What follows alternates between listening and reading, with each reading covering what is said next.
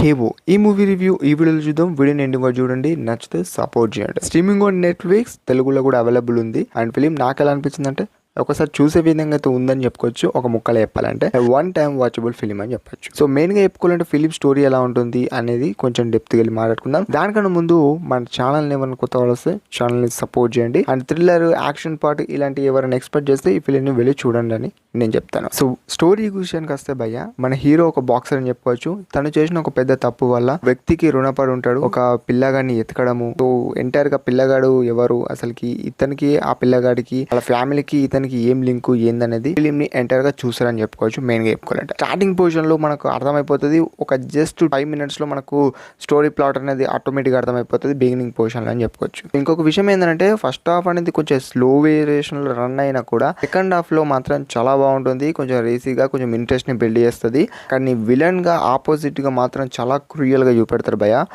Action part మాత్రం ఎక్కడ కూడా డోకా లేదు. ఈ ఫిలిం ని మన ఫ్యామిలీతో చూడొచ్చు అంటే లేదు భయ. ఒక లిప్ లాక్ సీన్ కానిచ్చు, లేకపోతే కొంచెం వల్గర్ లాంగ్వేజ్ కానిచ్చు, ఇది ఇంక్లూడ్ అవుతుంది. సో అది డిపెండ్స్ ఆన్ సీన్స్. సో అది మీరు ఫిలిం చూసి అర్థమవుతుంది. అందుకని నేను చెప్తున్నాను ఇది ఫ్యామిలీతో చూడకపోవడం బెటర్. మీ ఫ్రెండ్స్ తో చూస్తే ఓకే అని చెప్తాను. అండ్ ఇంకా చెప్పుకోవాలంటే క్లైమాక్స్ పోర్షన్ చూసుకున్నా, ఆ ఇంటర్వెల్ పోర్షన్ లో సెకండ్ హాఫ్ లో చూసుకున్నా ఎంటైర్ గా యాక్షన్ పార్ట్ అయితే ఉంటుంది. అక్కడ విలన్స్ నుంచి హీరో టీమ్ అని చెప్పుకోవచ్చు. సో ఆ టీమ్ లో ఎవరెవరు ఇంక్లూడ్ అయిందో అనేది మీరు ఫిలిం చూసి తెలుసుకోండి. సో అలా అయితే చెప్పుకోవచ్చు. ఇలా అయితే ఉంటుందని చెప్పుకోవచ్చు. ఫిలిం గురించి చూసుకుంటే మన హీరో క్యారెక్టర్ చూసుకున్నట్టయితే కొంచెం కోపము అండ్ కొంచెం ఇన్నోసెంట్ లో మనకైతే హీరో అయితే కనిపిస్తారు. సో అది డిపెండ్స్ ఆన్ సిచ్యువేషన్ అని చెప్పుకోవచ్చు. మెయిన్ గా తన పర్సనాలిటీ కానిచ్చు, తన బాడీ కానిచ్చు చాలా బాగుంటుందని చెప్పుకోవచ్చు.